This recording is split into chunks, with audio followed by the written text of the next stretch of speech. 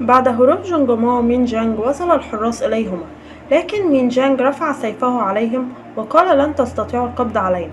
فظهر رئيسه الوزير وقال له كيف تهرب معها؟ ألم تعرف أن الملك يريدها طبيبة خاصة به؟ فصدمت جونجما لأنها لم تكن تعرف.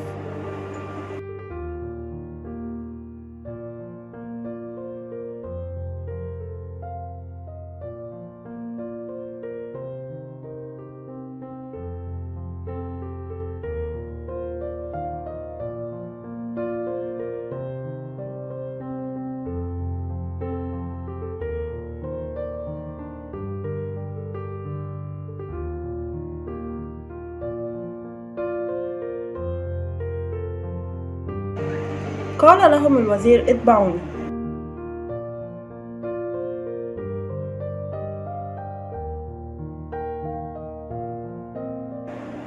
قال الوزير لمين جانج أنت تعرض حياتك للخطر، يجب أن تعيد جونجما للقصر. وكانت هي تسمع كل شيء.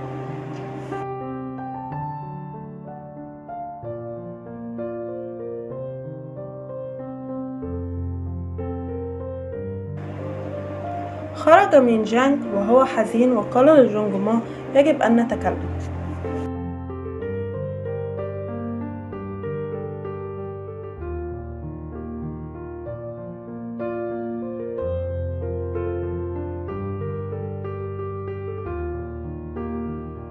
قالت له لا أريد أن أعرض حياتك للخطر، أرجوك فلنعد للقصر.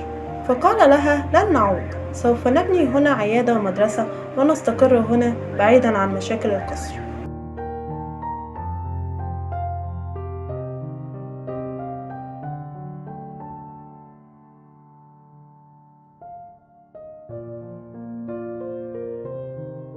قالت أريد أن أفعل هذا أيضا لكن لا أريد خسارتك للأبد.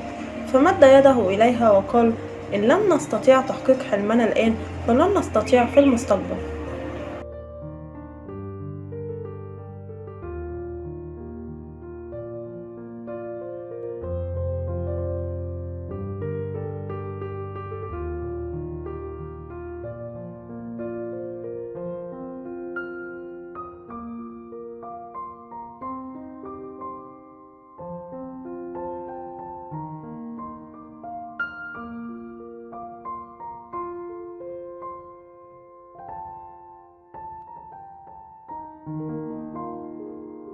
فمسكت يده وقالت له وهي تبكي لا يمكنني، لا أستطيع التضحية بك أبدا. فحزن مين جانج.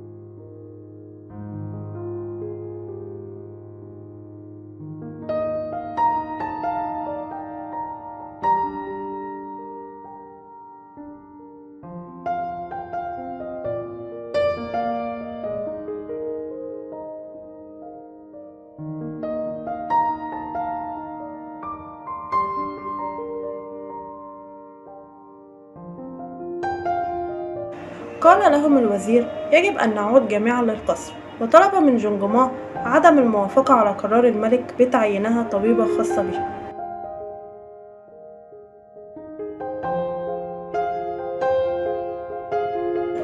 رجعت جونجما إلى البيت وهي حزينة، فقالت لها أمها لقد تم تعيينك طبيبة خاصة بالملك. فتركتهم وذهبت تجلس وحيدة.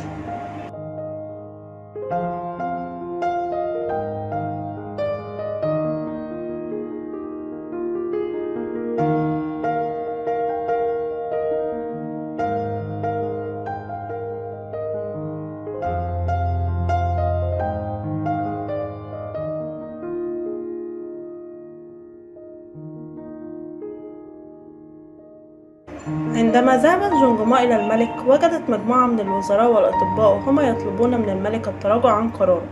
فقال لها مين جانج لا ترفضي المنصب، وعندما جاء الوزراء قالوا لها يجب أن ترفضي.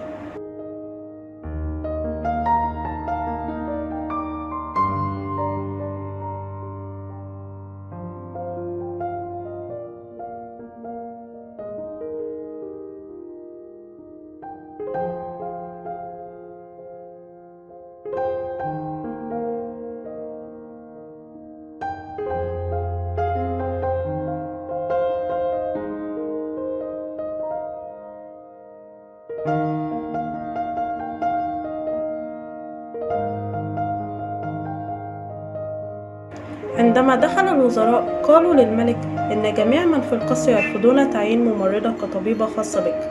أرجوك تراجع عن قرارك.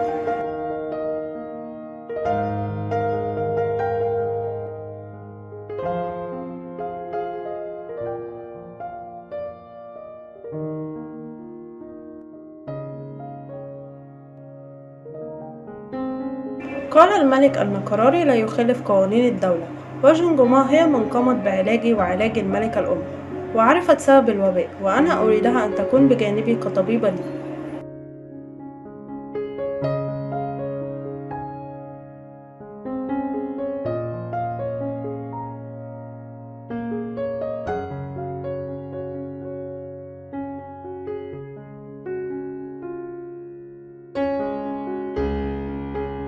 فجأة قالت جونجما: لقد قبلت بهذا المنصب مولاي. فصعق الوزراء وضحك الملك.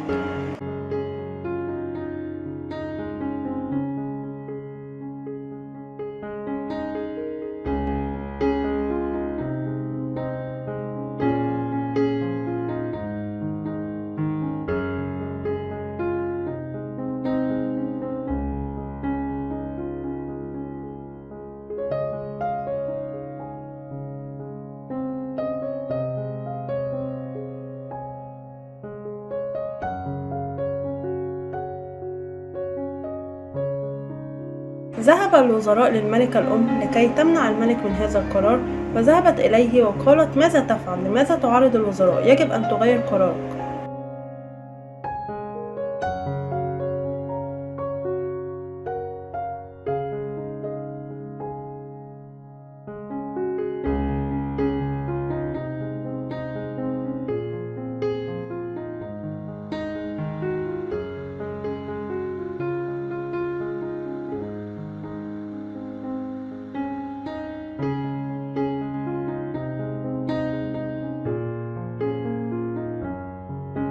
ذهب الطبيب شون لتقديم استقالته، فقال له رئيسه: يجب أن تنتظر لنرى ماذا سيفعل الملك. فدخلت جونجما فقال لها الرئيس: كل ما يحدث بسببك أنت. لقد قدم الطبيب شون استقالته بسببك أنت.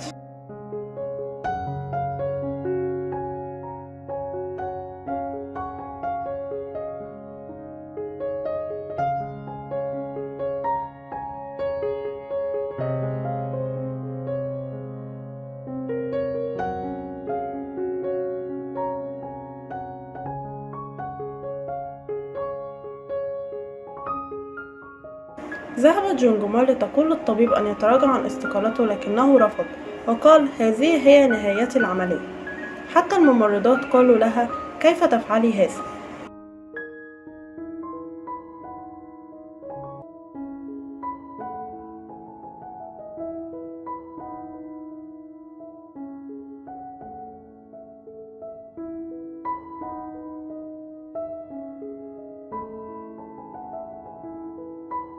عرفت الملكة أن يون سانغ صديقة جونجما المقربة، وأنها قد قامت بعمل لقاء بينها وبين الملك لتحكي له عن ما فعلته تشوي بها، وقامت بتوبيخها، وكانت يون سانغ تبكي.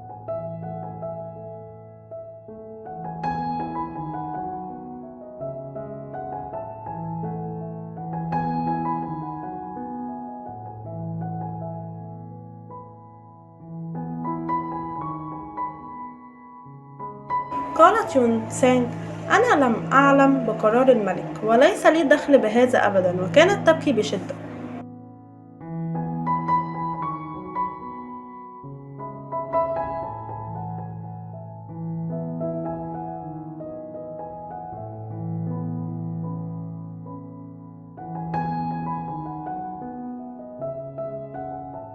فقالت زوجة الملك: مولاتي، أرجو أن تراعي أنها حامل والتوتر خطير عليها.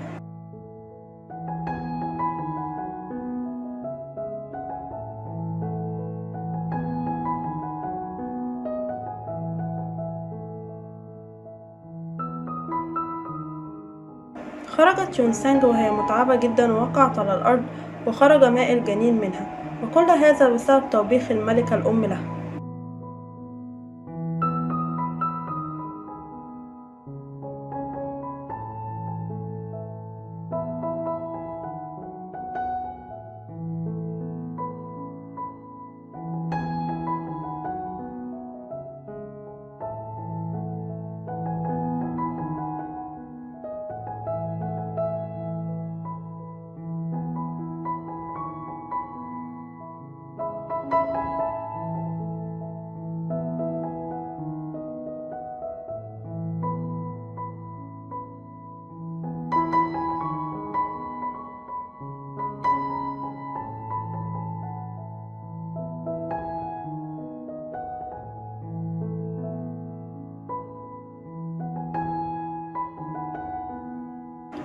ماذا سيحدث ليون سانج وكيف ستنقذها جونجوما؟ انتظروني الفيديو القادم إن شاء الله، ولا تنسوا الإعجاب بالفيديو والاشتراك في القناة. أحبكم في الله.